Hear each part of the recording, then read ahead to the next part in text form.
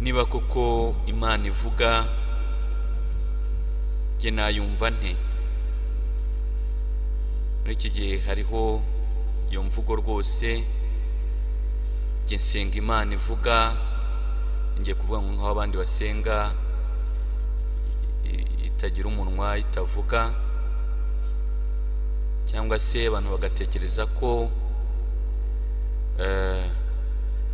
hari abantu bari hariya bo bumva Imana ivuga bakaba babwira abandi, yewe bakaba banitwara gipfumu bita abahanuzi. Umuntu yabatandukanya ate n'abavuga ukuri? Imana ivuga ite?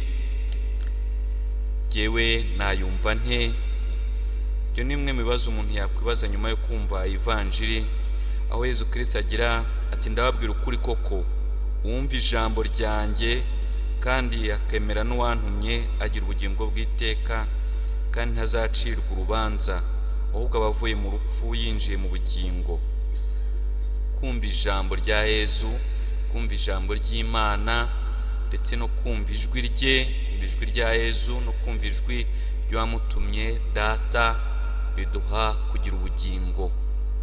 Ariko mbere yo kugera aho, tubanze tuzirikane gato kuri iyi sano twahishuriwe n'ivanjiri iri hagati ya Data na Mwana.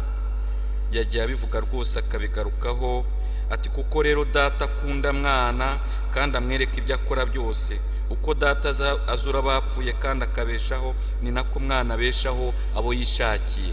Hari sano iri hagati ya Data na Mwana. Ivanjiri yongeye gutuma dutekereza ubutatu butagatifu.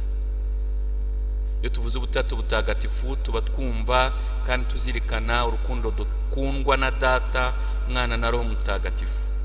Data nk'umuremyi wacu twese, waremye iboneka n'ibitaboneka, urema kandi na n'ubu ngubu. Mwana kuvuga Yezu Kristo wigize umuntu akabana natwe kugira ngo atumenyeshe byimazeyo Data wa twese udukunda.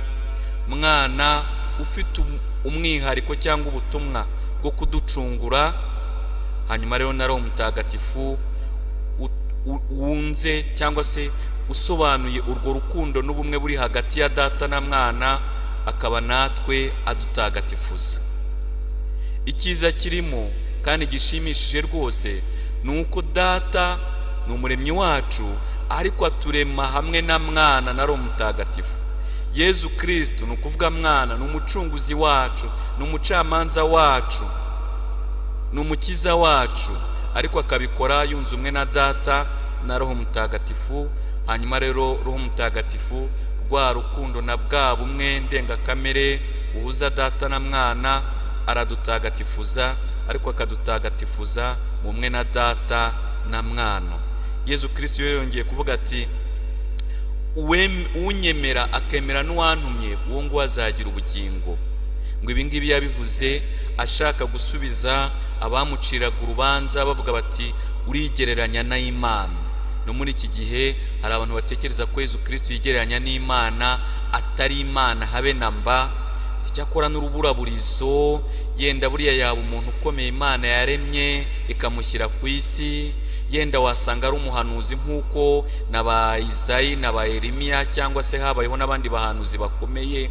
Yezu Kristo ati muribeshya, ntabwo ndi muri icyo cyiciro, nunze umwe na Data, ndi umwana w'Imana, ntacyo nkora Data atakora, nta n'icyo Data akora ntakora. Twunze ubumwe mu butatu butagatifu, twunze ubumwe hamwe na Roho Mutagatifu, kandi ubasha mfite mbukesha Data, kandi nunze umwe na Data. Akabivuga kongera akatwibutsa ati abo ngabo batekereza ko ndi umuhanuzi nk'abandi, abo ngabo batekereza ko ntari Imana, abo ngabo batekereza ko ndi umuntu nk'amwe, ndi umuntu ubonetse wese cyangwa usanzwe, ni ukwibeshya. Cyakora akongera akavuga ati imanza zose zeguriwe Mwana kuko ari umwana w'umuntu. Ni ukuvuga iki? Yezu Kristo wo mu ngoma ya Dawudi yaje no mu buzima bwacu yigira umuntu, nkuko tubisanga mu ivanjiri hano umutwe wa mbere, ngo nuko jambo yigira umuntu abana natwe. Kandi muri uko kwigira umuntu kwe ntabwo yaretse kuba Imana. ngo nubwo yari afite imisusire nk'iy'Imana, mu ibaro yandikiwe Abanyafilipi umutwe wa 2 ngo ntiyagundiriye kureshya nayo, ahubwo yihinduye ubusabusa, yemera gucishwa bugufi, yemera gupfira ku musaraba kugira ngo akize abantu. Uwo mwana w'Imana wigize umuntu niwe rembo, niwe muhuza wacu n'Imana, niwe dukesha natwe kwitwa abana b'Imana. Kandi wabishidikanya yaba yirengagije ibyo dusanga mu Ivanjiri ya Yohana umutwe wa 3 ati mubatizwe gute? Mu izina ry'Imana Data na Mwana na Roho Mutagatifu. Ivanjiri ya Matayo umutwe wa 28 umurongo wa 19. Ubumwe rero Data, Mwana na Roho Mutagatifu bafitanye ni ibyishimo, ukaba n'umugisha kuri twe, ariko bikaba n'umuhamagaro ku bumwe natwe tugomba kugirana. Kugira ngo rero ibyo bishoboke dusabwa iki? Dusabwa ibintu bibiri bikomeye twumvise mu Ivanjiri: kumva ijwi ry'Imana, no kuvuga ijwi rya Data na Mwana na Roho Mutagatifu, ndetse no kwemera Imana Data, Mwana na Roho Mutagatifu.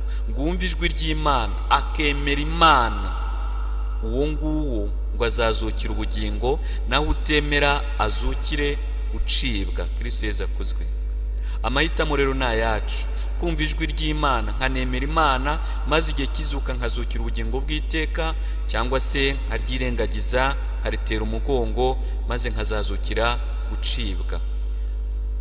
Ndahamya ntashidikanya ko kuba duteraniye hano cyangwa bakurikiye bari hirya no hino, twese dushaka kuzazukira ubugingo, kuzazukira kubana n'Imana. Ni mucyo rero dusabirana ingabire yo kumva ijwi ry'Imana ndetse no kwemera Imana. Kumva ijwi ry'Imana, kumva ijambo ry'Imana bisaba iki? Dore icyo bisaba. Icya mbere ni ukumenya aho Imana ivugira n'uko Imana ivuga, yewe n'uburyo ivugamo. Imana ivugira mu ijambo ryayo ku buryo budashidikanywa. Iyo rufata akanya ugatega amatwi ijambo ry'Imana, ukarisoma, ukariganira n'abandi, ukarizirikana, umva ijwi ry'Imana. Ni ururimi Imana ivuga. Nk'uko ushaka ko umushinwa muganira neza uvuga mu Gishinwa, washaka ko umwongereza muganira neza ukavuga mu Cyongereza, Umunyarwanda wakuriye mu Rwanda washaka ko muganira neza mukavugana mu Kinyarwanda. Iyo ushaka kuganira n'Imana neza muvugana mu ijambo ryayo. Kandi Yesu Kristo yabiciye amarenga mu Ivanjiri ya Matayo umutwe wa 6, aho yagiraga ati nimusenga mujye mugira muti Dawe uri mu ijuru. No kuvuga ngo ni isengesho ubwaryo, ariko rikaba n'ijambo ry'Imana tuzirikana. Kumva ijwi ry'Imana mu ijambo ryayo. Aha kabiri, kumva ijwi ry'Imana no kumva ijambo ry'Imana noneho mu ijwi rya Kiliziya no mu ijwi ryabo yatumye. Ntibishidikanywaho, kubera ko Kiliziya ni umugeni Kristo abereye umukwe, Kiliziya ni umubiri Kristo abereye umutwe. Ntabwo rushobora kuvuga ngo ndakunda kuriya gutwi kuriya muntu, ariko amaguru ye bazayaca. Uba wirengagije ubumwe ingingo z'umubiri z'uwo muntu zifitanye. Yesu Kristo rero anavugira muri Kiliziya. Niyo mpamvu yatoye intumwa 12, igihe kikagera kongera agatora abandi 72, akabohereza ngo ku isi yose bamamaza izina rye, kandi akabaha ububasha nk'ubwo nawe yari afite bwo kwigisha no gukiza ndetse no gukora ibitangaza. Uwo murimo mutagatifu Yesu Kristo akora wo kwigisha abantu no kubunga n'Imana, yashatse n'ubundi gukomereza muri Kiliziya mu buryo butandukanye. Kumva ijwi ry'Imana rero mu nyigisho za Kiliziya no mu bo yatumye, tugashishoza tukaba maso, kuko muri iki gihe hari abantu benshi, yewe no muri Kiliziya Gatolika, abakristo bamwe biyitirira Imana kandi itabatumye. Dore ikizakubwira ko uwo mukristo Imana itamutumye ni uko mu byo avuga no mu byo akora nta bumwe yunze na Kiliziya, kandi avuguruza ibyanditswe bitagatifu. Turabe maso rero, nubwo abantu baba batubwira ko tuzabona urubyaro twari twararubuze, nubwo abantu baba batubwira ko tugiye kubona akazi tumaze iminsi turabashomeri, nubwo abantu baba batubwira ko tugiye kubona abagabo twari tumaze gutandukana n'abafiyanse 5-6, nubwo abantu baba batubwira ko tugiye gukira uburwayi abaganga byarabananiye kutuvura. Turabe maso. Kumva ijwi ry'Imana kandi ivugira mu mutima wacu, wa mutima nama wacu ishyiramo ijwi ryayo, igashyiramo ijambo ryayo. gufata akanya ko gutuza no gutega amatwi icyo Imana itubwirira mu mutima wacu bidufasha kuyigeraho no kuyemera. Hanyuma rero no mu byo yaremye no mu bibaho buri munsi ishobora kuvugiramo. Mu makuru wumvise ujye wibaza ngo Imana yashatse kumbwira iki. Mu bantu huye nabo ku muhanda wibaze ngo Imana yashatse kumbwira iki. Muri biriya biti muri ririya shyamba nabonye Imana yashatse kumbwira iki. Uko kumva ijwi ry'Imana rero, uko gutuza ukumva Nyagasani avuga, muri iki gihe turabikeneye cyane kugira ngo tubashe kwemera, kandi uko kwemera kutugeze ku kudashidikanya ku rukundo Imana idukunda, uko twabyumvise mu isomo rya mbere. Ngo Isirayeli yaravugaga ngo Uhoraho yaranyibagiwe.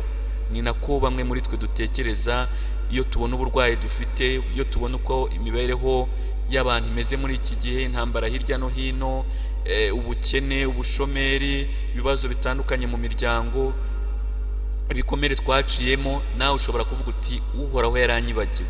Nyagasani ntabwo akinkunda, narasenze ntabwo anyumva, noveni zose nakoze se ko ntacyo byatanze, imisa zose nasabye ko ntacyo byatanze. Yumvise ijwi ry'Imana ukanayemera, wumva icyo Izayi yashatse kuvuga mu isomo rya mbere igitabo cy'umuhanuzi Izayi umutwe wa 49. Gwe se mwana we ushidikanya, uvuga ko nakwibagiwe. Umubyeyi yakwibagirwa umwana yonsa? Ati ntibishoboka. Ati cyakora nubwo bishoboka byabaho, kubera ko muri iki gihe hagaragara n'ibimenyetso. Yamwibagirwa atamwibagirwa, jye sinshobora kukwibagirwa. Iyo dukomeje ku mutwe wacu ku murongo wa 16 tutasomye uyu munsi, harimo irindi jambo rivuga ngo sinshobora kukwibagirwa kuko nakwanditse mu kiganza cyanjye. Kristo Yesu akuzwe.